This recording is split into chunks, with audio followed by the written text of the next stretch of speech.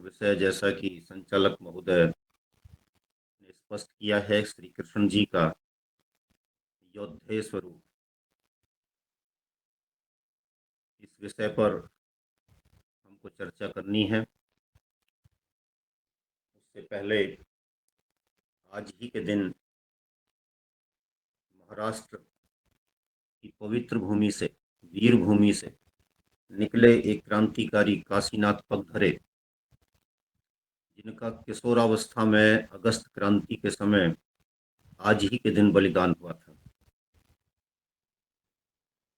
उनके लिए भी हम विनम्र श्रद्धांजलि अर्पित करते हैं, क्योंकि ऐसे क्रांतिकारियों के कारण ही देश आजाद हुआ था।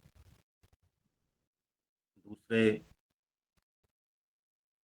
जिन लोगों ने अपना रक्त बहाकर देश को आजाद कराया, देश की सबसे बड़ी अनमोल धरोहर यानी स्वाधीनता उसको प्राप्त कराई, जिनके बलिदानों के कारण स्वाधीनता हमको प्राप्त हुई,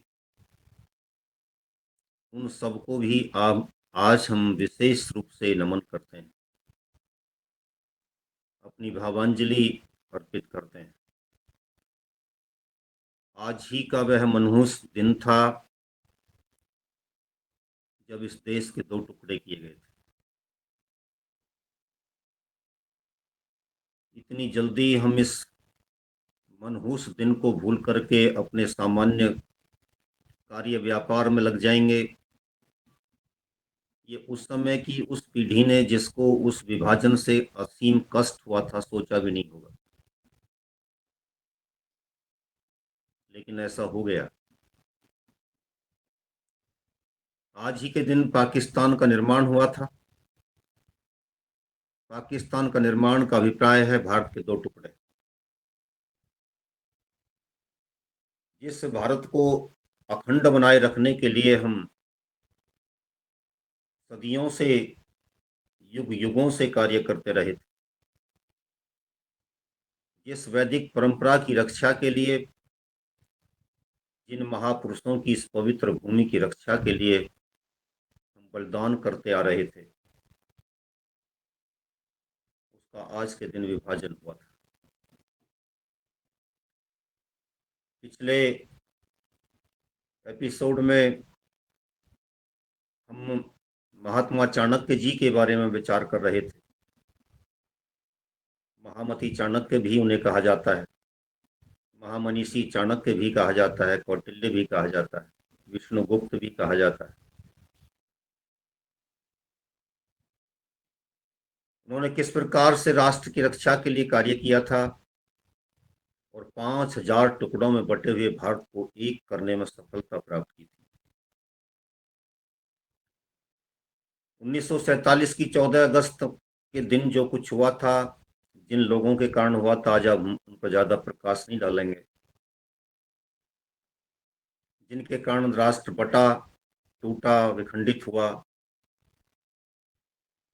उन्होंने हमारे महान चाणक्य के साथ कितना बड़ा विश्वासघात किया था।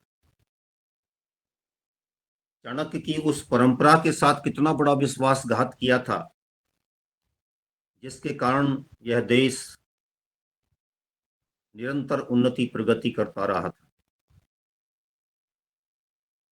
और चाणक्य से पीछे आप जाएंगे तो इसी व्यवस्था को कौन दे रहा था? वह योद्धे कृष्ण थे, जिन्हें हमने अपनी मूर्खताओं से, अपनी अज्ञानताओं से राधा के संग रास करने वाला बना दिया। 16,108 गोपिकाओं के साथ रास करने वाला बना दिया और 1,61,000 से अधिक जिसके पुत्र दिखा दिए। शर्म नहीं आई हमको? कैसे कैसे महापुरुषों के साथ कितना बड़ा बड़ा अन्याय हमने किया। और इसी के चलते फिर दूसरी बातें दूसरे संप्रदायों की ओर से हमको सुनने को मिली। तो आज जिस अखंड भारत की साधना के लिए रामचंद्र जी के काल से लेकर के आधुनिक काल तक मैं रामचंद्र जी की तरफ चला गया हूँ। लाखों वर्ष से जिस हम अपनी भारत माता की साधना में लगे हुए थे, उस माँ भारती का आज के दिन अपमानजनक विभाजन हुआ था। उस विभाजन की विभीषिका को आज भी दिल याद करता है तो कष्ट होता है। हम और आप किसी न किसी रूप में निश्चित रूप से उस समय विद्यमान थे, और यदि आज हमारे मन में कष्ट हो रहा है तो हम कष्ट अनुभव करने वाले लोगों में ही सम्मिलित थे। बात यह नहीं है कि उस समय क्या हो गया था, बात यह भी है कि आज भी क्या होने जा रहा है। वो इतिहास को भूले नहीं, उन्होंने इतिहास को उसी तरीके से याद रखा जैसे उन्हें याद रखना चाहिए था, लेकिन आप भूल गए। आपसे मतलब वो हिंदू, वो सोया हुआ हिंदू जो जागता नहीं, झकझोरने के बाद नहीं जाग रहा।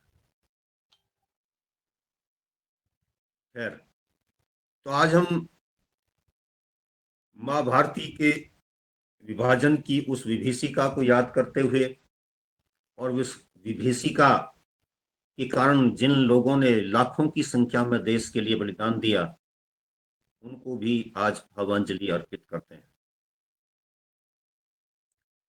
साथ ही यह भी संकल्प लेते हैं कि उनका जो संकल्प था कि हम अखंड भारत का निर्माण करेंगे, हमारा भी वही संकल्प है कि हम भी अखंड भारत का निर्माण करेंगे।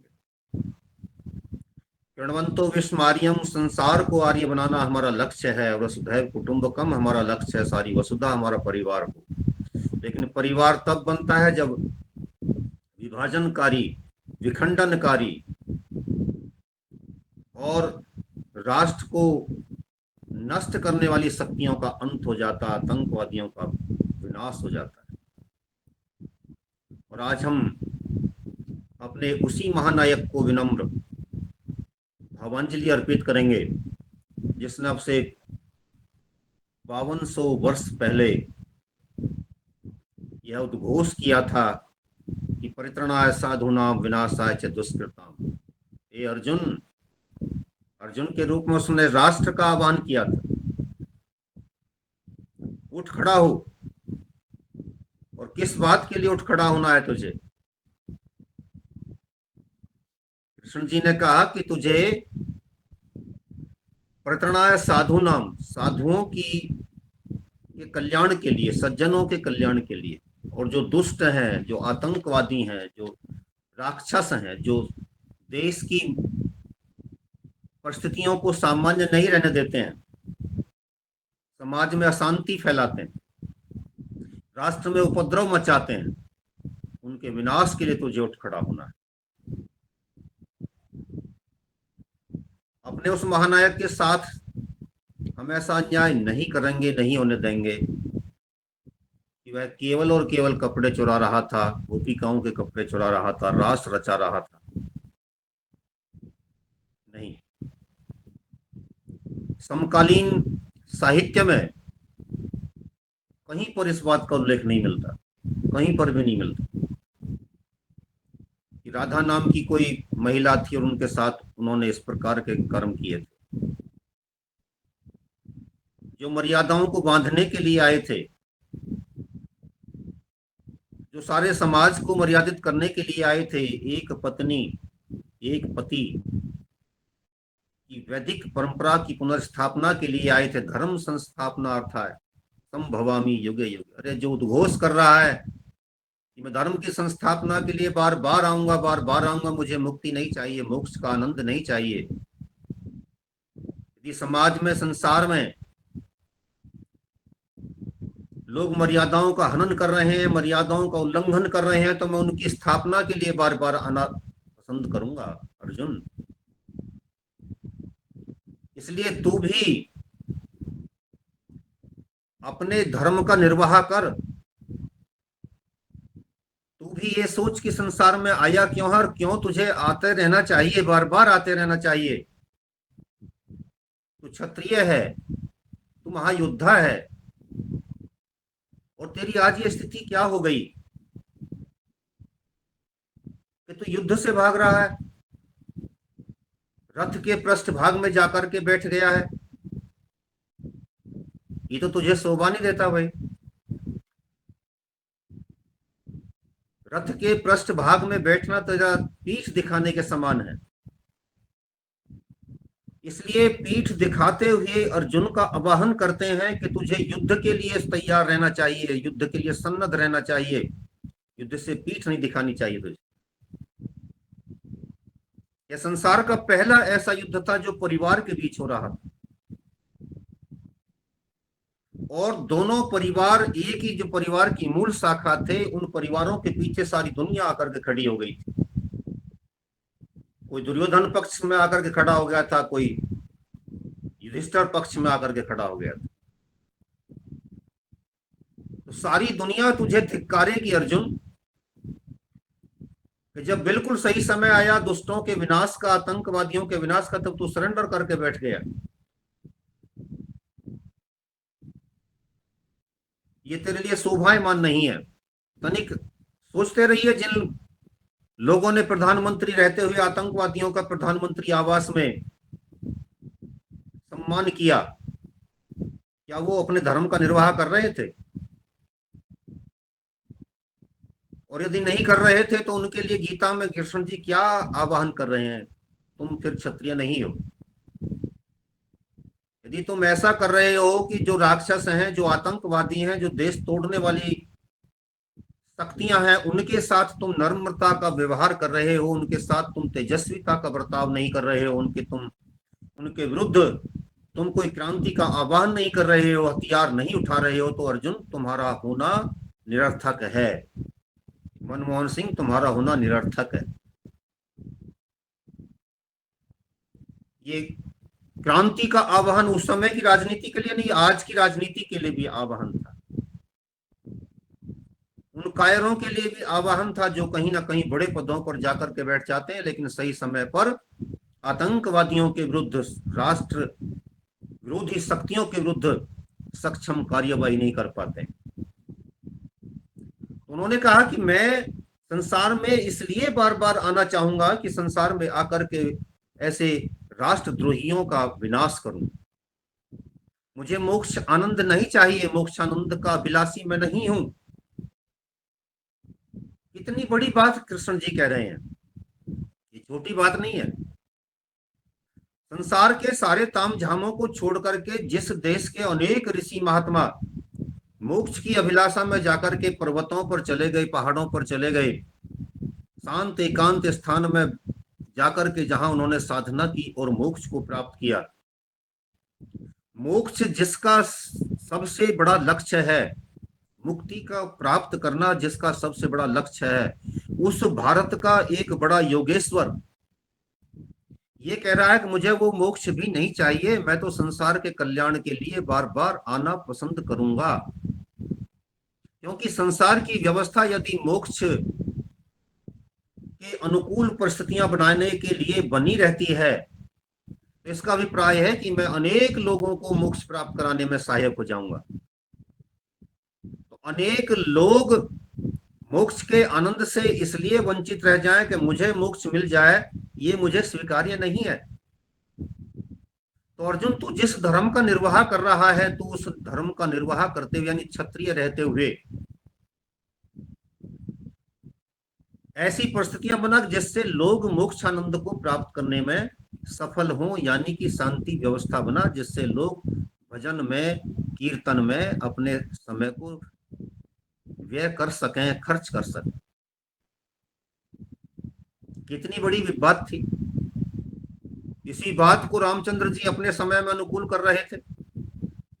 यानी कि अगली सदियों तक, युग युगों तक युद्ध की स्थिति ना बने, छल कपट से राष्ट्र को विखंडित करने वाले लोगों का अंत हो जाए, इसके लिए कृष्ण जी और उनसे पहले राम जी और उनके बाद फिर चाणक्य, यानी कि कृष्ण जी के बाद चाणक्य और चाणक्य के बाद हमारे अन्य क्रांतिकारी जो 1947 तक कार्य कर रहे थे, स्वामी दयानंद जी भी उनमें सम्मिलित थे, सावरकर जी भी सम्मिलित थे, सुभाष भी सम्मिलित थे। ये सारे के सारे लोग जो राष्ट्र की साधना कर रहे थे, ये एक परंपरा है आपकी। इस परंपरा को 1947 से या 1857 से या उसके 100-200 साल या 1000-2000 साल पहले से नहीं देखना चाहिए, लाखों साल से देखना चाहिए, लाखों वर्षों से देखना चाहिए कि हम किस परंपरा के सिपाही हैं, किस परंपरा के, किस सेना के सैनिक हैं।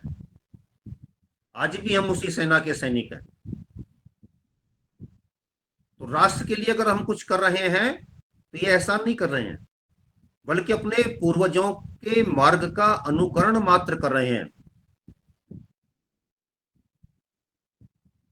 पिता का पुत्र को अनुयायी होना चाहिए, अनुवर्ती होना चाहिए, उसका अनुकरण करने वाला होना चाहिए।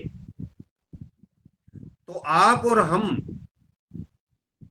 या इस देश के और वो लोग जो राष्ट्र की साधना में रत हैं, केवल और केवल जिनको राष्ट्र दिखाई देता है, राष्ट्र की समस्याएं दिखाई देती हैं, वो लोग समझिए कि कृष्ण जी की परंपरा को आगे बढ़ा रहे हैं, राम की परंपरा को आगे बढ़ा रहे हैं, चाणक्य की परंपरा को आगे बढ़ा रहे हैं। और ये हमारा आपका सबका दायित्व बनता है। अपने अंतर्मन में हमको विचार करना चाहिए, उस आह्वान को सुनना चाहिए, प्रातः काल में प्रतिदिन सुनना चाहिए। श्री कृष्ण जी हमसे ही कह रहे हैं कि प्रतरणाय साधूनां विनाशाय च दुष्कृताम्, तुम आए क्यों हो संसार में? तुम्हें पीठ फेर करके रथ के पृष्ठ भाग में जाकर के नहीं बैठना है। ना सर झुका के जियो, ना सर छुपा के जियो, गमों का दौर भी आए तो मुस्कुरा के जियो। ये गीत है तो खूब सुना होगा आपने। लेकिन जो लोग मुंह छुपा करके और सर झुका करके जी रहे हैं, उनको कौन सी श्रेणी में आप रखेंगे? मैं कठोर शब्द नहीं बोलना चाहता, लेकिन ये वो लोग हैं जो धर्म निरपेक्ष हो गए हैं,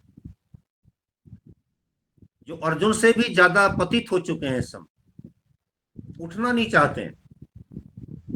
अर्जुन के मस्तिष्क में तो थोड़ी देर के लिए आवरण आया था ज्ञानता का, थोड़ी देर के लिए, क्योंकि अब से पहले उसने अनेक युद्ध लड़े थे और उन युद्धों में उसने सफलता प्राप्त की थी, विजय प्राप्त की थी। परंतु आज उसके लिए एक अजीब स्थिति पैदा हो गई कि उसके सामने जो लोग खड़े थे वो सारे अपने खड़े थे, जिनकी गोद में वो खेला था, जिनके हाथ उसके सिर पर रखे गए थे आशीर्वाद के लिए, आज परिस्थिति कैसी विपरीत हो गई थी कि आज वो उन्हीं को मारने के लिए खड़ा हो गया। और उनको मारने का मतलब था कि उसके मस्तिष्क में एक बात आ गई थी कि यदि मैं ऐसा करने जा रहा हूं तो कहीं मैं स्वार्थी तो नहीं हूं, मैं राज्य के लिए ऐसा करने जा रहा हूं, तो क्या राज्य मेरे लिए इतना बड़ा हो गया कि मैं अपने लोगों का ही अंत करके सत्ता प्राप्त करूंगा? और यदि ऐसी स्थिति बन गई है तो मैं तो इसको अच्छा मानता नहीं। यह उसका मोह था जो उसके धर्म के आड़े आ गया था। और धर्म था उसका ये कि जो आतंकवादी हैं उनका विनाश हो, दुष्टों का विनाश हो, राक्षसों का अंत हो। उद्देश्य तो ये था, जीवन का व्रत ये था, जीवन का संकल्प ये था। लेकिन सामने अपने लोगों को खड़े देख करके मोह पैदा हो गया कि ये तो गलत हो जाएगा, मैं तो ऐसा राज्य तो नहीं लेना चाहता। ये भूल गया कि यदि ये लोग धर्म के लिए लड़ने के लिए, अपना धर्म मानते हुए लड़ने के लिए उस पक्ष में आकर के खड़े हो गए, तो मेरा भी धर्म बनता है कि मैं इनका प्रतिकार करूं और थोड़ी देर के लिए इस बात को पूर्णतया निकाल दो दिमाग से, कौन खड़े हैं सामने। बस इसी बात को उनके मस्तिष्क से हटाने का काम श्री कृष्ण जी कर रहे थे कि सामने जो खड़े हैं ये सब के सब जो हैं अपना धर्म निर्वाह करने के लिए आए हैं, तो तुझे भी अपना धर्म का निर्वाह करना चाहिए। जब तक तू अपने धर्म का निर्वाह नहीं करेगा तब तक तू इनको कहीं ना कहीं अपना मानता रहेगा, और जब अपना मानता रहेगा तो तू इन्हें दंड नहीं दे पाएगा, और दंड नहीं दे पाएगा तो समाज की व्यवस्था अव्यवस्था में परिवर्तित हुई रहेगी, अराजकता फैलती रहेगी, उन लोगों का वर्चस्व स्थापित रहेगा जो लोग देश को बर्बाद करने का काम कर रहे हैं। इसलिए थोड़ी देर के लिए इन सब चीजों को दिमाग से निकाल दे, असंग भाव से, निष्काम भाव से काम करना शुरू कर। मेरा नहीं है, जो कुछ है सो राष्ट्र का है। इसलिए उन्होंने कहा कि तू निष्काम योगी बन जा। राजकीय विद्या का उपदेश देते हैं। राजकीय विद्या क्या है? वह परम कर्तव्य, वह परम धर्म, जिसमें एक व्यक्ति जब संसार के किसी ऐसी भयंकर विषमता में फंस गया तो वहां अपना धर्म मानते हुए अपना कर्तव्य कर्म क्या है मेरा इस समय, उसको ध्यान में रखते हुए कर्म करता। अब सामने कौन आ रहा है फिर ये नहीं देखना। यदि अधर्म के रास्ते में कोई अपना आ रहा है तो वो भी अब हटाना पड़ेगा। समय की आवश्यकता हो गई है। संसार की व्यवस्था को व्यवस्थित बनाए रखने के लिए मुझे ऐसा करना पड़ेगा। तो फिर तो उसके पाप का भागी नहीं बनेगा। और जब तू इस तरीके से काम करेगा, निष्काम भाव से काम करेगा, अपने आप को समर्पित करके काम करेगा, अपना सब कुछ समर्पित करके काम करेगा, तो फिर तुझे कोई पाप नहीं लगेगा, बल्कि तुझे स्वर्ग प्राप्त होगा। स्वर्ग प्राप्त का अभिप्राय है कि तुझे आत्मिक प्रसन्नता की अनुभूति हो। तुझे लगेगा कि तैने अपना कर्तव्य कर्म निभाया। इसलिए क्रोध को भी त्याग, शोक को भी त्याग, और केवल बस निष्काम भाव से इनका विनाश करने पर लग जा। क्योंकि तू एक बात समझ, अब से पहले भी संसार करोड़ों वर्ष से चलता रहा है और करोड़ों वर्ष तक इसको अभी चलना है। तो चली आ रही परंपरा में जहां आकर के विकार पैदा हो गया है, विकृति पैदा हो गई है, इस विकृति को तू हटाने का सफाई अभियान कर रहा है, चला रहा है। इस सफाई अभियान में किसी प्रकार का प्रमाद मत कर। तू सफाई अभियान का सिपाही है, अपने आप को समर्पित कर। और जब तू ऐसा करेगा तो ये संसार अगले करोड़ों वर्ष तक एक सुव्यवस्थित व्यवस्था में जीने के लिए इसको वरदान प्राप्त हो जाएगा। और ये वरदान तेरे कारण प्राप्त होगा, क्योंकि तू कर रहा होगा ऐसे लोगों का यहां से विनाश, उनका अंत।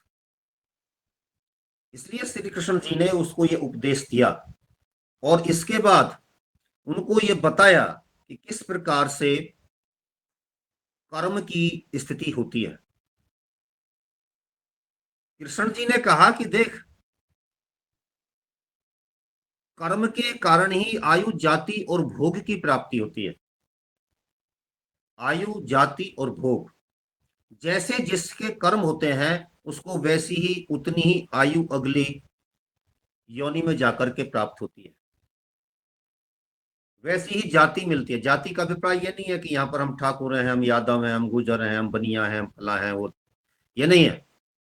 जाति का अभिप्राय यहाँ से है योनि से। योनि का अभिप्राय है कि एक मनुष्य जाति है, एक गाय की जाति है, एक घोड़े की जाति है, एक भैंस की जाति है, एक शेर की जाति है। ये जातियां हैं, अलग अलग जातियां ये होती हैं। मनुष्य की जातियां नहीं होती हैं। मनुष्य मनुष्य होता है केवल। ये सनातन का मूल्य है, सनातन का सिद्धांत है, ये हमारी मान्यताएं हैं, इन पर गर्व करना चाहिए हमको।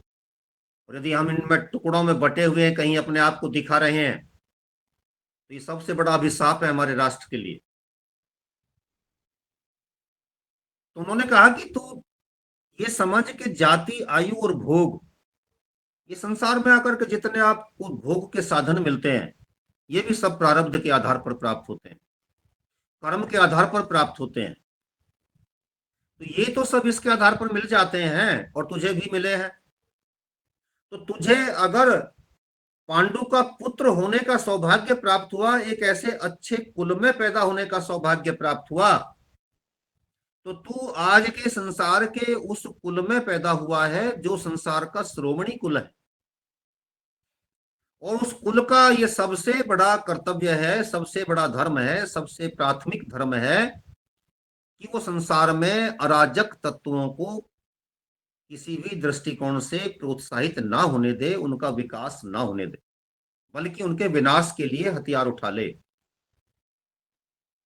तो कृष्ण जी ने चूंकि अपने जीवन काल में ऐसे अनेक दुष्टों का विनाश किया था,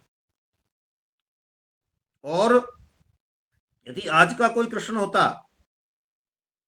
कोई नादिर शाह होता, कोई अकबर होता, तो राज्य हड़प नीति के आधार पर लोगों का जो अंत करते जा रहे थे, अकबर ने भी यही किया था। दुर्गावती के साथ क्या कर रहा था? मान दुर्गावती के पति का देहांत हो गया, सोचा कि अब मौका है, कब्जा ले इसको। हमारी महारानी दुर्गावती को ही नहीं, उसके राज्य को भी। अंग्रेजों की राज्य हड़प नीति आपने खूब सुनी है, कभी अलग से प्रकाश डालेंगे, आज प्रसंगवश बस संकेत किया है मैंने। लेकिन श्री कृष्ण जी क्या कर रहे थे? वो राज्य हड़प नीति नहीं लागू कर रहे थे। चाहे शिशुपाल को मारा, चाहे अपने कंस, अपने मामा को मारा कंस को, चाहे किसी और को मारा, उन्होंने मार करके वहीं के राजा को, वहीं की प्रजा को उसका शासन दे दिया, जैसे रामचंद्र जी ने लंका को उन्हीं के लोगों को सौंप दिया। राज्य का विस्तार इस तरीके से नहीं करेंगे कि लोगों को मारेंगे। तो ये बात वो दूसरे शब्दों में दूसरे तरीके से बता रहे हैं अर्जुन को कि अर्जुन, तुझे ये जाति आयु भोग इस योनि में इस तरीके से उत्तम कुल में जन्म लेकर के प्राप्त हुए हैं, तो इनका सदुपयोग कर। आलस में, प्रमाद में इसको गवा मत। ये मत सोच कि तू जो जहां पैदा हो गया वहां तू निष्क्रिय रह करके काम करेगा, तुझे कुछ करना ही नहीं है। तुझे तो यहां सबसे पहले ये देखना है कि तू योग है कर्मसु कौशलम। योग है कर्मसु कौशलम का अभिप्राय है कि योग ऐसा योग जो पूर्णतया कौशल के साथ किया जाता। कोई भी कर्म, आपकी जितनी प्रतिभा उसमें उड़ेल दो। आपको जो भी दायित्व मिला है समाज के लिए, उसको उड़ेल दो, उसमें पूर्णतया जुनूनी बन जाओ। आज की भाषा में कहें तो उनसे भी कह रहे हैं कि तू जुनूनी बन, और जुनूनी बन करके अपने आप को योग है कर्मसु कौशलम के प्रति समर्पित कर। जब तू अपने अपना पूर्ण कौशल अपने कर्म में दिखाएगा तो तू योगी बन जाएगा, तू ही योगी हो जाएगा। यदि हमको आपको आज की समाज की परिस्थितियों में रहते हुए समाज के लिए, संसार के लिए, राष्ट्र के लिए कुछ करने का समय मिला है, तो हम उसे पूर्ण निष्ठा के साथ करें। पूरे राष्ट्र के लिए श्री कृष्ण जी का ये आवाहन, पूरे राष्ट्र के लिए आज भी यदि हम कृष्ण के वास्तविक भक्त हैं और भक्त होकर के उनकी बात को संकल्पित करके अपने हृदय में उतार लें, तो सारे राष्ट्र की व्यवस्था बदल जाएगी। केवल और केवल एक बात पर, राष्ट्र संविधान से चलता है, शोर मचाने वाले लोग अपने आप भाग जाएंगे और कहने लगेंगे कि राष्ट्र तो गीता से चलता है। कौन सी गीता से?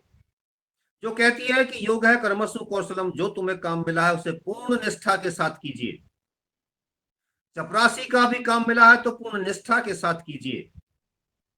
देश के प्रधानमंत्री बनने का सौभाग्य प्राप्त हुआ है तो उसे भी पूर्ण निष्ठा के साथ कीजिए। डरना नहीं है, घबराना नहीं है, किसी के सामने जाकर के गिड़गिड़ाना नहीं है। आज आपके देश के लिए अमेरिका का राष्ट्रपति प्रतिबंध लगाने की घोषणा कर रहा है और आपका प्रधानमंत्री नजरों में नजरें डाल करके सीना तान करके कह रहा है कि नहीं मानूंगा, बिल्कुल अपने राष्ट्र के लिए खड़ा हूं। परिणाम चाहे जो हो, कह दिया, बड़े डंके की चोट कह दिया। ये किससे शासन चल रहा है? ये उन गीदड़ भभकियों में आने वाले गीदड़ों के द्वारा, कायरता का प्रदर्शन करने वाले लोगों के द्वारा शासन नहीं चल रहा है। ये कृष्ण जी की गीता के आधार पर शासन चल रहा है। कृष्ण जी की गीता का आह्वान क्या है कि योग है कर्मसु कौशलम। निष्काम भाव से कीजिए। मैं परिवार के लिए नहीं कर रहा हूं, मैं पत्नी के लिए नहीं कर रहा हूं, मैं फलां के लिए नहीं कर रहा हूं, मैं राष्ट्र के लिए कर रहा हूं, और इसका परिणाम चाहे जो हो सो मैं भोगने के लिए, भुगतने के लिए तैयार हूं। क्या कमाल की बात है! एक सूत्र, केवल एक सूत्र, योग है कर्मसु कौशलम। जरा लगाओ, लागू कर दीजिए प्रत्येक कार्यालय में, प्रत्येक परिवार में। जो जहां बैठा है वहीं साधना में रत हो जाए। किसान अपने खेत में साधना में रत हो जाए। किसी की मेंढ नहीं काटूंगा, कोई मिलावट नहीं करूंगा,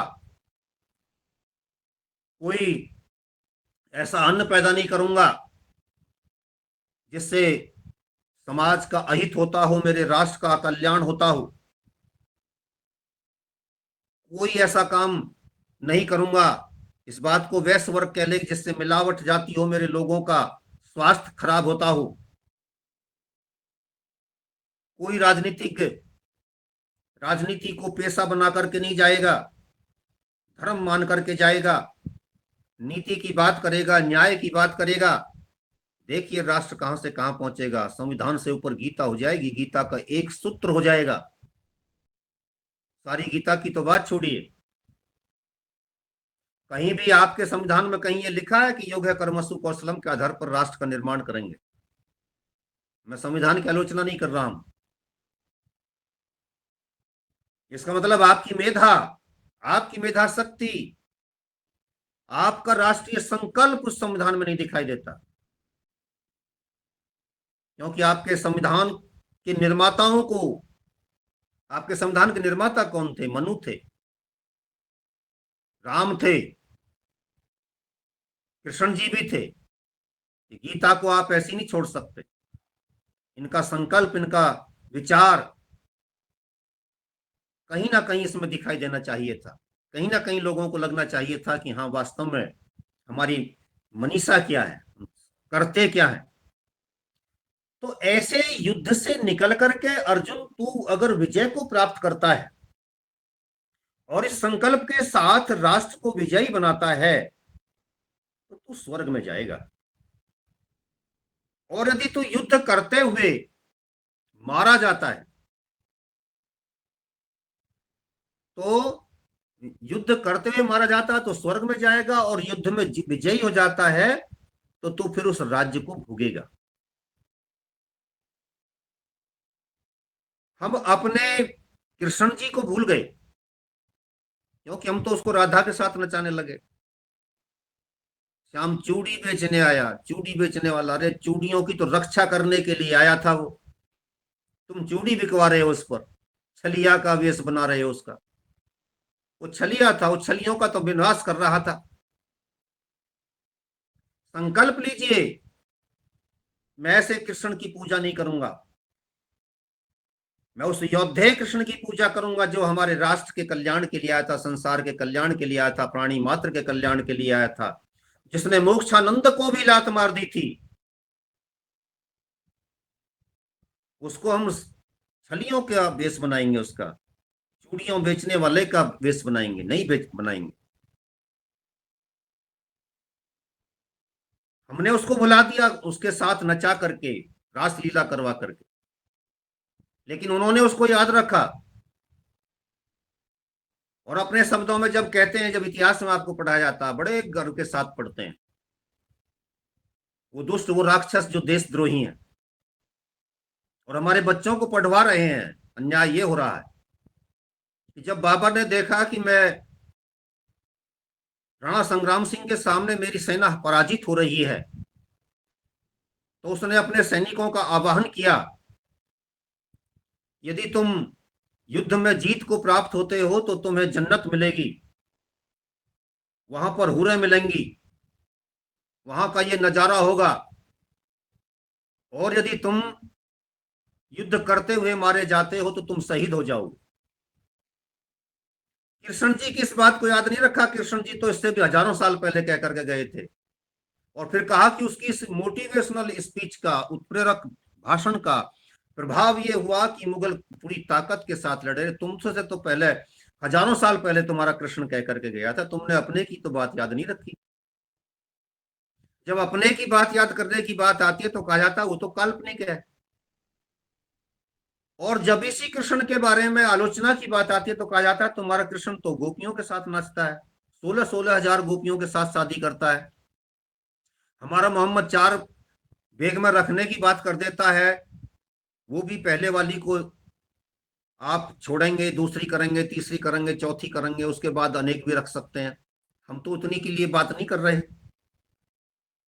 तब वो कृष्ण जी काल्पनिक न होकर के वास्तविक हो जाते हैं, और आपके पास, हमारे पास कोई जवाब नहीं होता उन बातों का जवाब देने के लिए। हम अखंड ब्रह्मचारी अपने कृष्ण को भूल गए, जिन्होंने 36 वर्ष की अवस्था में विवाह करवाया था और रुक्मणी से कहा था कि मैं एक तेजस्वी संतान की पैदाइश चाहता हूं, उत्पत्ति चाहता हूं, उसका पिता बनना चाहता हूं। तो लक्ष्मी कहती है कि महाराज जो आपकी इच्छा हो, जैसे आप चाहें। तो कहा कि 12 वर्ष तक हमको अखंड ब्रह्मचर्य का पालन करते हुए साधना करनी होगी।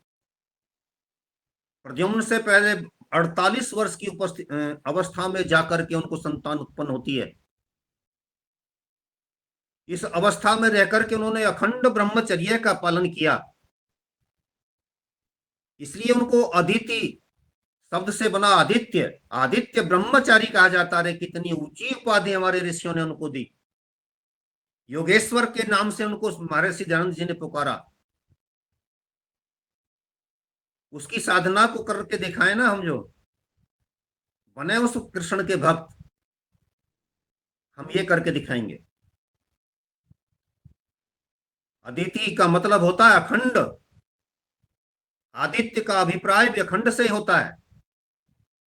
असीम जो हो, जिसकी सीमाओं को नापा नहीं जा सकता हो, इतनी बड़ी उपाधि देना बहुत बड़ी बात होती है। जब पंडित जी आपसे यज्ञ कराते हैं तो जल प्रसेचन की स्थिति होती है। पंडित जी फटाफट फटाफट कराते चले जाते हैं, बताते नहीं है। बहुत कम लोग होते हैं, लेकिन आर्य समाज के लोग बताते हैं। वो कहते हैं कि इधर से यज्ञ के पूरब में जल प्रसेचन कीजिए, जल छिड़काव कीजिए, फिर पश्चिम में कीजिए, फिर उत्तर में कीजिए, फिर चारों ओर कीजिए। तो कहते हैं कि अदिते अनुमन्यस्व। अदिते अनुमन्यस्व का मतलब वहां पर होता है कि मैं अखंड परम पिता परमेश्वर से, अखिल सत्ता से अनुमति चाहता हूं। जब आप कोई भी कार्य करते हैं, जब आप कोई बड़ा काम करने का संकल्प लेते हैं, तो आप परमपिता परमेश्वर से, अपने इष्ट से एकांत में जाकर के बैठ करके प्रार्थना करते हैं कि परमपिता परमेश्वर, मेरा यह काम संपन्न होना चाहिए। ये कहते हैं आप। तो वो पूर्व दिशा में, क्योंकि उधर से सूर्य उदय होता है, तो पहले जल प्रसेचन उधर से हो रहा है। अब यज्ञ की आप तैयारी कर रहे हैं, यज्ञ कर रहे हैं संसार के कल्याण के लिए, तो हे परमपिता परमेश्वर अखंड अखिल सत्ता, मैं तेरे से ये अनुमति चाहता हूं कि मेरा ये कार्य, मेरा ये प्रयोजन सिद्ध हो।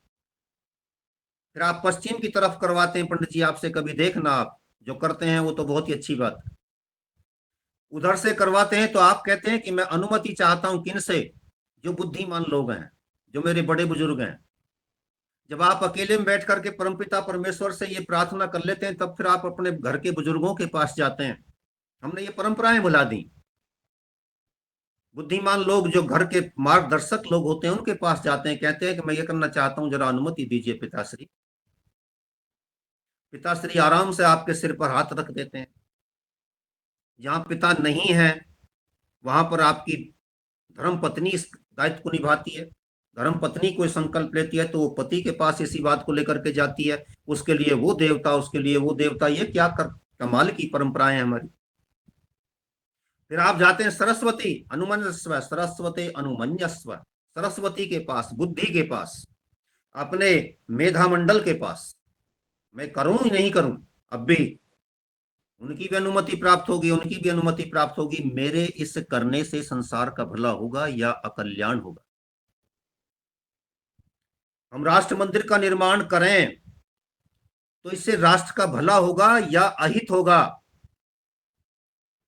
फिर हम अपने आप से पूछते हैं, और जब वो देखते हैं तीनों चारों, तीनों जगह से हमको ये अनुमति प्राप्त हो गई, करिए,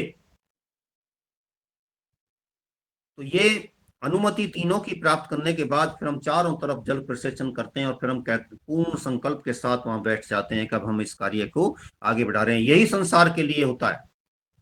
संसार में जाकर के भी हमें इसी प्रकार से कार्य करना होता है।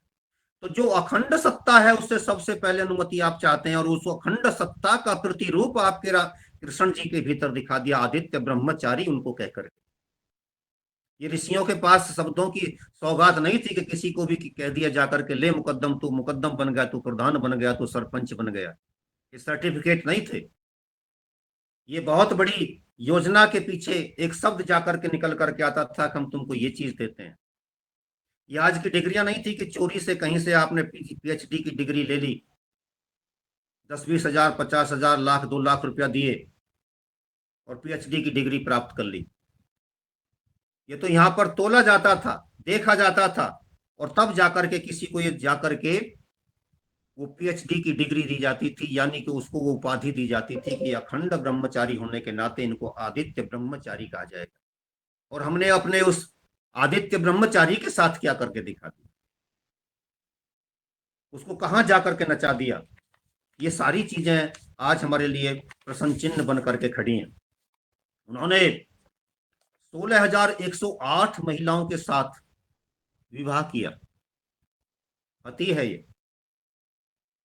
16,000 वेदों की ऋचाएं जिनको कंठस्थ थीं, 2400 घंटे जिनमें रमण करते थे। प्रत्येक ऋचा, वेद का मंत्र अपनी प्रतीक्षा में खड़ा रहता था।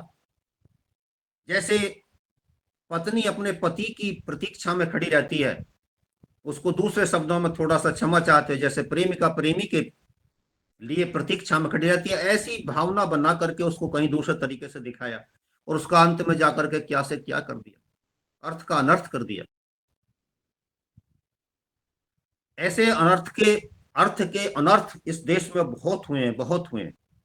राजा भीष्मक की बेटी रुक्मणी के साथ उनका विवाह हुआ और उन्हीं के साथ संयोग से उनको संतान की उत्पत्ति हुई।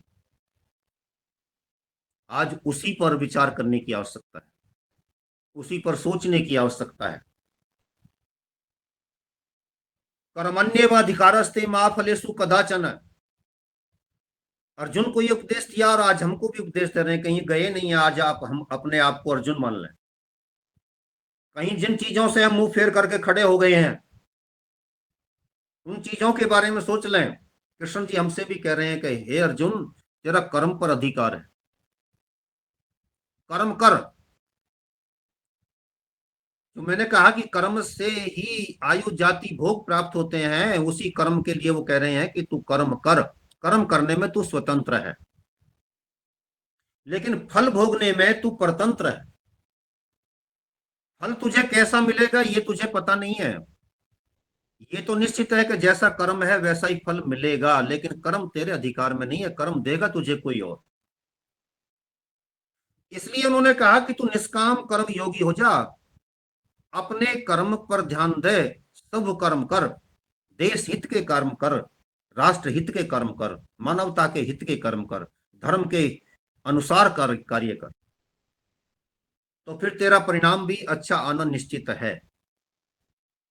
और दूसरी बात यह भी स्पष्ट हो जाती है कर्म के बारे में कि परमपिता परमेश्वर कर्म फल प्रदाता है। कर्म का फल परमपिता परमेश्वर ही देता है और परमपिता परमेश्वर कर्म का फल देते समय किसी की सिफारिश नहीं मानता।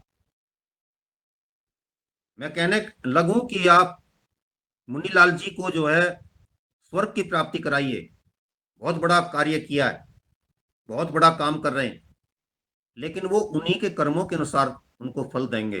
वो मेरे लिए प्रार्थना करने लगे तो मुझे मेरे कर्मों के अनुसार फल मिलना निश्चित है। इसलिए उसके यहाँ पर कोई सोर्स सिफारिश नहीं चलती उसके दरबार में। इसलिए वो कहते हैं कि तू कर्म की पवित्रता पर आ जा। और आज भी सारे राष्ट्र का आह्वान कर रहे हैं कि कर्म की पवित्रता पर आ जाओ। यदि कर्म की पवित्रता पर आ जाओगे तो फिर जितने उपद्रव, उत्पात, उन्माद संसार में, समाज में, राष्ट्र में फैले हुए सबका विनाश अपने आप हो जाएगा।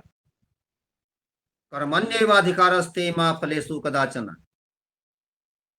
कितना बड़ा उपदेश है, कितना बड़ा संदेश है, और आज भी चल रहा है। यदा यदा ही धर्मस्य ग्लानिर्भवति भारत। कितना बड़ा संदेश इसमें छिपा हुआ है कि जब जब धर्म की हानि होगी, यदा यदा ही धर्मस्य ग्लानिर्भवति भारत। हे अर्जुन, भारत, भारत अर्जुन के लिए संबोधन है, भरत वंश के हैं इसलिए भारत।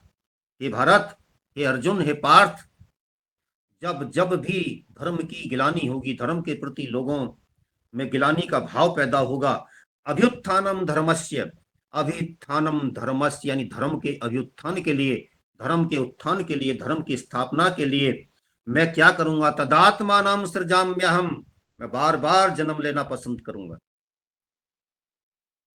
ये बात वो कह रहे हैं। तो जब मैं मोक्षानंद को छोड़ सकता हूं तो तुझे भी ये काम करके दिखाना पड़ेगा। प्रतरणाय साधूनाम विनाशाय च दुष्कृताम धर्म संस्थापनार्थाय संभवामि युगे युगे। तो उनका वो जो सार्थक संदेश है वो आज भी हमारे बीच में उसी रूप में विराजमान है। कृष्ण जी पर आज हम एक गीत भी देना चाह रहे थे, लेकिन अब समय की मर्यादा नहीं कह रही है, लेकिन कभी आगे कभी रखेंगे। परंतु आज जब जन्माष्टमी का पर्व हमारे निकट है, तो अपने इस महापुरुष को, महायोगी को वास्तविक रूपों में कैसे उसकी पूजा की जा सकती है, उसके गुणों का सम्मान किया जा सकता है, गुणों को अंगीकार किया जा सकता है, ये हम ध्यान दें। हम महापुरुषों की जयंतियां मनाते हैं, पुण्यतिथि नहीं मनाते हैं। पुण्यतिथियां पश्चिम की देन है। हम जयंती इसलिए मनाते हैं कि आज उसका आविर्भाव हुआ था, और आज भी हम ये संकल्प लेते हैं, ये देखते हैं, अपने विचारों में ये भाव बनाते हैं कि वो कृष्ण जी आज भी हमारे बीच में विराजमान है। वो यदु कुलवंशी, वो किसी जाति का नहीं, यदु कुलवंशी आज भी हमारे बीच में है। तो उसके उन भावों का, उन विचारों का, उन आवाहनों का हम जीवन में धारण करने का प्रयास करेंगे, जिससे राष्ट्र महान बने, जिससे राष्ट्र की आने वाली पीढ़ियां ऊर्जा प्राप्त कर सके। तो अपने बच्चों को कृष्ण जी के इस योद्धे स्वरूप के बारे में हम बताएं। जहां भी जितने भी लोग मिलते हैं उनके बीच में भी बैठकर चर्चा आरंभ होती है, तो चर्चा अवश्य करें। ये ना देखें कि लोग 10 हैं कि 10,000 हैं। पता नहीं कौन व्यक्ति आपके किस विचार को लेकर के उड़ जाए, और वो विचार पता नहीं कहां का हमारा कहां पहुंच जाए। अभी मेरे पास एक फोन महाराष्ट्र से या बंगलौर की तरफ से कहीं से आया था।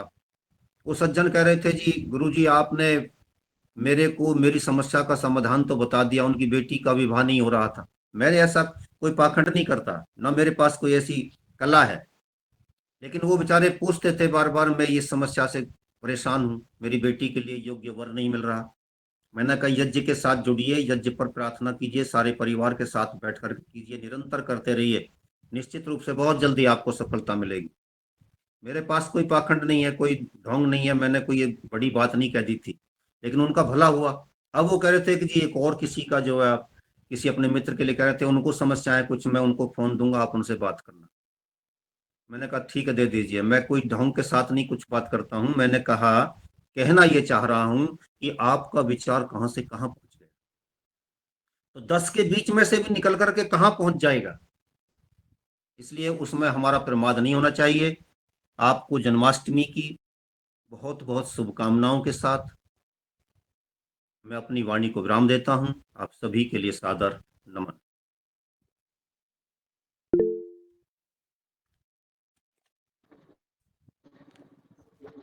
आदरणीय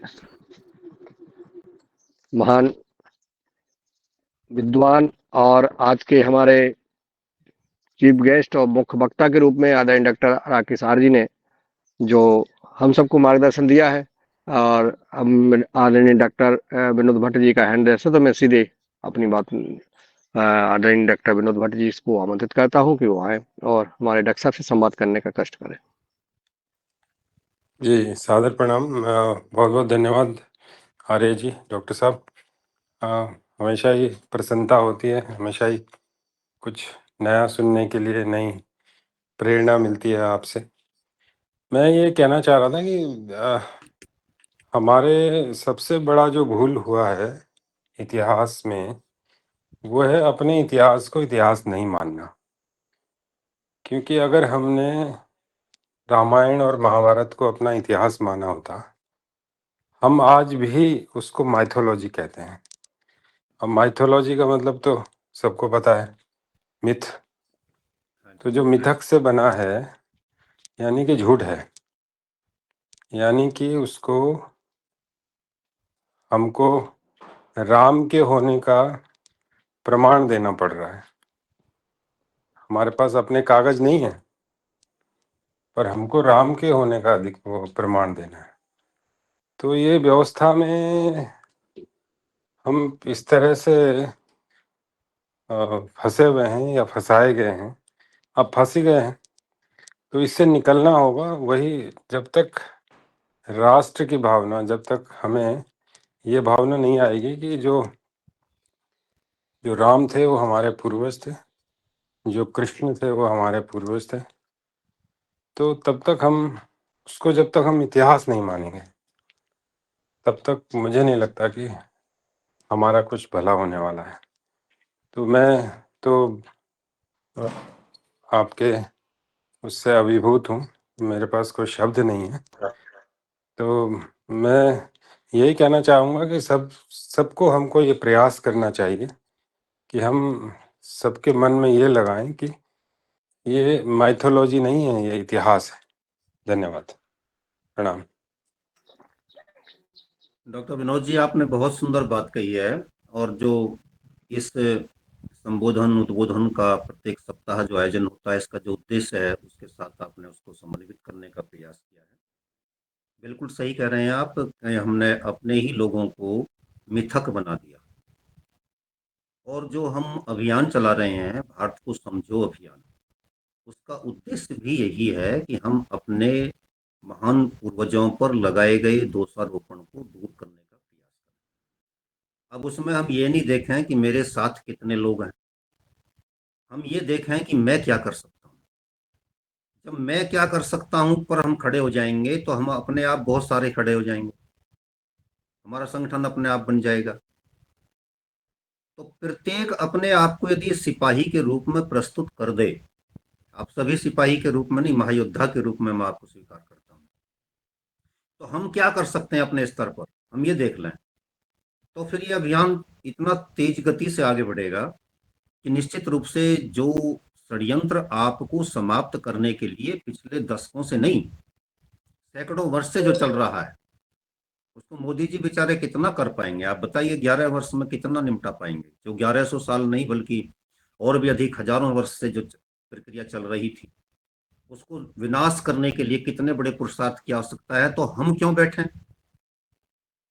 क्या मोदी जी या किसी को भी हम अकेला छोड़ दें? नहीं, हमको भी कुछ करना है। कितना कर सकते हैं ये ना देखें। एक छोटे से कमरे के लिए दीपक अपने आप को समर्पित कर देता, कह देता है कि रोशनी मैं दूंगा, इस कमरे की जिम्मेदारी तो मेरी रही, यहां से अंधकार को भगा दूंगा। तो हम एक कमरा ही चयनित कर लें कि यहां से तो भगाऊंगा, एक परिवार से तो भगाऊंगा, अपने परिवार से तो भगाऊंगा, अपने बच्चों को तो ये बनाऊंगा। तो जब ये संकल्प आएगा तो निश्चित रूप से हमको सफलता मिलेगी। आपके विचार का मैं धन्यवाद ज्ञापित करता हूँ। जी, बहुत बहुत धन्यवाद। सबको गहरी प्रयास करना ही पड़ेगा, अन्यथा असंभव है। और ये मुझे लगता है जिस दिन हमें रामायण महाभारत इतिहास की किताब में पढ़ाया जाएगा, उस दिन शायद हमारी जो समस्या है वो स्वतः ही सॉल्व हो जाएगी। गीता जब तक गीता जब हमें नीति में पढ़ाई जाएगी, तब हमें मुझे लगता है कि तब हमारी सारी समस्याओं का समाधान हो जाएगा। सादर प्रणाम, धन्यवाद। ओम जी। मुनीलाल जी, भाई साहब, मुझे इजाजत है क्या? हाँ, इजाजत कौन रोक सकता है आपको? हाँ, आदरणीय मेरे सारथी इसमें जी, स्वागत है। मेरे इंस्ट्रूमेंट में वो हैंड हैंड दिखाने वाला वो नहीं आ रहा है ऑप्शन। आपको जरूरत ही नहीं है हैंड दिखाने की, आप तो स्वागत है आपका। जी जी, ओम जी। आदरणीय राकेश जी को प्रणाम। आपको सुनने का टाइम तुम्हें निकालना ही पड़ता है, अत्यधिक व्यस्तता के कारण अभी जुड़ नहीं पा रहा हूँ योगार में। मेरा एक प्रश्न है, अभी आप चूंकि इतिहास के ऊपर बहुत सारा अध्ययन है आपका, आज जब सदन की शुरुआत हुई तो हमारे ज्येष्ठ भ्राता जो हैं मुनीलाल जी भाई साहब, इन्होंने कहा कि आज बलराम जयंती है। उसकी शुभकामनाएं भी दी, और 2 दिन बाद भगवान श्री कृष्ण का जन्म दिवस भी आ रहा है। और लगता है लगातार समाज के अंदर ये भ्रांति आ रही है।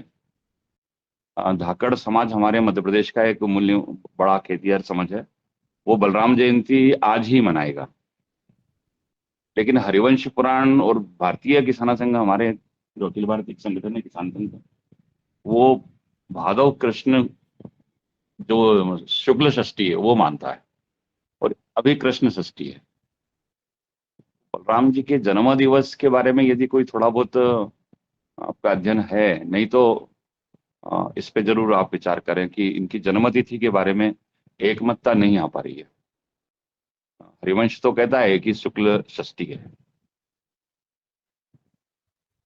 देखिए, जो ये मनाई जा रही है आज के दिन जो है, प्रामाणिकता कहीं ना कहीं इसी के पीछे आती है। दूसरी बात मैं आपको ये बताना चाहूँगा कि ये जो कुछ भी भ्रांतियां फैलाई जा रही हैं, उनमें कहीं ना कहीं पुराणकारों का भी योगदान रहा है। मैं उनके परिश्रम को और जो उन्होंने इतिहास का लेखन करके बहुत सारे तथ्य उसमें दिए हैं, उनको एक तरफ रख करके बात कर रहा हूँ। बहुत कुछ ऐसा दिया जो बहुत अच्छा स्वीकार करने योग्य होता है, लेकिन क्योंकि ये 1500 साल से लेकर के और पिछले 2000 वर्ष में लिखे गए, उनकी प्रामाणिकता फिर कहाँ से आई? तो समकालीन इतिहास में ही जाकर के, यदि समकालीन कोई पुस्तक हो तो उसमें जाकर के ही इस बात की जानकारी संभव होती है। तो वो ये इसके बारे में जो कृष्ण जी पर जो लिखा गया, कृष्ण जी की गीता का जो भाष्य किया गया, उसमें इसका जो प्रमाण आता है, और हमारे लाल बहादुर शास्त्री जी ने उसकी भूमिका लिखी थी पुस्तक की जो है, तो उसमें आज के बारे में ही ज्यादा प्रमाणिक माना गया है कि षष्ठी तिथि ही थी उसकी।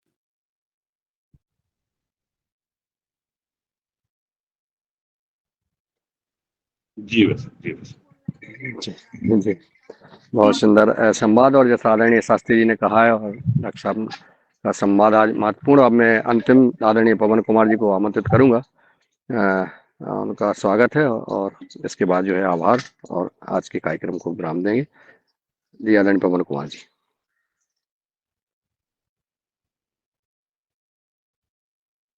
चलिए, शायद वहां तक आवाज नहीं पहुंच रही है, तो मैं आदरणीय दिनेश जी शंबाल जी को आमंत्रित करता हूँ।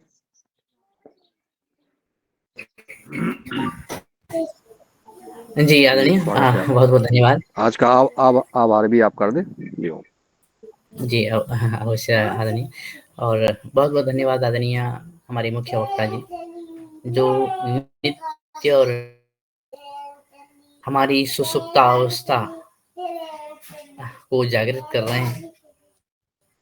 लेकिन वास्तव में हम कितनी भी प्रतिक्रिया दे दें, जब तक कोई हमारे सामने, आंखों के सामने एक स्ट्रक्चर खड़ा नहीं होता, जब तक हमें एहसास नहीं होता, तब तक केवल हम यही कहेंगे कि ऐसा करना चाहिए, ऐसा होना चाहिए। जब तक ये नहीं होता कि मैंने क्या किया, क्योंकि हम लगभग इस सारे समूह में योगहारी सदस्य कोई 30 वर्ष से ऊपर की आयु वर्ग के ही होंगे, और सभी चिंतक हैं, सभी राष्ट्र के लिए समर्पित हैं। लेकिन संभवतः कितने प्रतिशत व्यक्ति ये कहने के प्रयास में हैं कि हमने अपने राष्ट्र के प्रति, और जो बातें हम सुन रहे हैं और प्रतिक्रियाएं दे रहे हैं, उनके प्रति इतना योगदान हमारा भी रहा है। अगर पूरे जीवन में नहीं तो विगत 1 वर्ष की ही अगर बात रखें, उसमें रहा है। और अगर विगत 1 वर्ष में नहीं तो इस जो आज का वो पड़ाव, जिसमें आदरणीय डॉक्टर राकेश आचार्य जी ने भगवान श्री कृष्ण के यौधेय स्वरूप को दर्शाया है कि जो हतो वा प्राप्यसि स्वर्गम जित्वा वा भोक्ष्यसे ह्यम तस्मात् उत्तिष्ठ कौन्तेय युद्धाय कृतनिश्चय। तो वास्तविकता ये है कि कृष्ण तो एक ही है, जागरूक करने वाला व्यक्तित्व एक ही है, लेकिन हमारी जो भावनाएं हैं वो कहीं प्रोग्राम तक ही और कहीं भजन कीर्तन तक ही सीमित न रहें, इसकी हमें चिंता अवश्य करनी चाहिए। जैसे आदरणीय डॉक्टर विनोद कुमार भट्ट जी ने कहा है कि ये इतिहास की बातें ये होनी चाहिए, लेकिन वहाँ भी बात एक प्रश्न बड़ा उठता है आज की पीड़ा को देखते हुए, जब हम घर और घर से बाहर और देश और दुनिया में एक बड़ा युद्ध लड़ रहे हैं, उस स्थिति में हैं, तो हम कितने लोग अपने लोगों से ये बात कर रहे हैं कि अब क्या होगा, अब क्या करना चाहिए। हम सोशल मीडिया या फिर ऐसे ही कार्यक्रमों में बात कर रहे होंगे, हम योग सत्रों में या फिर अन्य जगह पे ऐसे ही बात कर रहे होंगे, लेकिन वास्तव में ये हम एक आग में हम जल रहे हैं, जिसके प्रति हम दूसरे के लिए नहीं कह सकते कि ऐसे करना चाहिए। आज समय संभवतः ये है कि हमें ये करना है और मैं ये कर रहा हूँ। अपनी वर्क रिपोर्ट हमें देनी होगी, तभी आज के इस जो श्रीमद् भगवत गीता का जो उद्देश्य भी पूरा होगा, जो भगवान श्री कृष्ण ने